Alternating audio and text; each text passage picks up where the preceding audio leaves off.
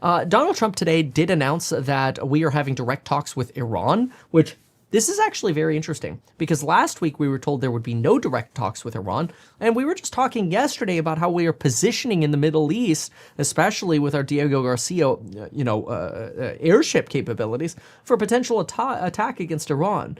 Now, all of that could just be leading into negotiations that apparently are going to happen on Saturday. Donald Trump is hopeful that there could be a deal. And so we'll see. Potential big deal coming Saturday, says Donald Trump. I actually think this is really good news if the United States is truly talking to Iran, because so far talks with Russia and Ukraine have been a big disappointment. Donald Trump was asked, hey, can we get tariffs below 10%? And he beat around the bush on this, and then he was asked, hey, what about this? Is it possible that the tariffs go away if you get great deals, or are we always going to have permanent tariffs? And Donald Trump responded and said, there can be great deals and permanent tariffs. You can have both.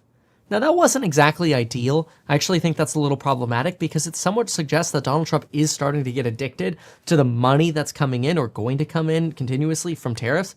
And he's actually instead considering escalating this trade conflict rather than reducing it. China imposed 34% counter tariffs on us, retaliatory tariffs on us. But it's been much worse than that, I'll tell you in just a moment. To which Donald Trump is saying he's going to add an additional 50% to Chinese tariffs if they don't remove their 34% by tomorrow. Or potentially tomorrow at midnight, so basically April 9th. Okay, well, that's problematic because China doesn't seem likely to back down, given that China's exposure to the U.S. economy is much lower today than it was in history. China doesn't need the United States as much as they need us, or as much as we need them, because so much of what we get is manufactured in China. It's going to be very hard for us to rejigger our supply chains to get away from China. So I actually think China has some more cards than we think they do here. On top of that, they are conducting stock market stabilization operations in their Shanghai stock market index. That was down 7% yesterday. The Hong Kong Stock Exchange was down 13% yesterday. So yeah, it could, and by yesterday, I mean their yesterday, technically Monday for China.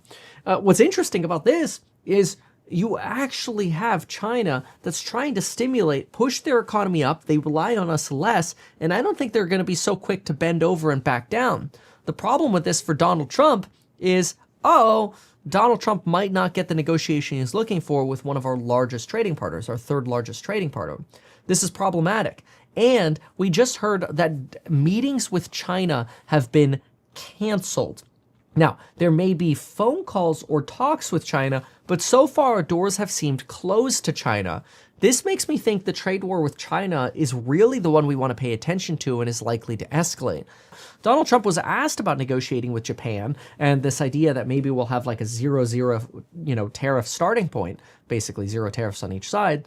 Donald Trump says, well, we're going to need a better deal than 0-0 because there are other things that other countries are doing that make them more competitive, and we want them to stop doing that. Like he wants Japanese people to buy more American-made cars. But then again, what is an American-made car? So we got a lot of work to do here.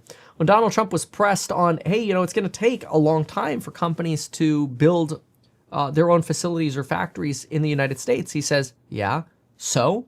No president is willing to do what I'm willing to do to reset our economy. Now, to some extent, that sounded very Great Reset-esque for a moment, but Donald Trump's suggesting that he's the only person who would be willing to reset this economy the way he is. I don't know if that's bullish or if that's scary, because it sounds a little aggressive.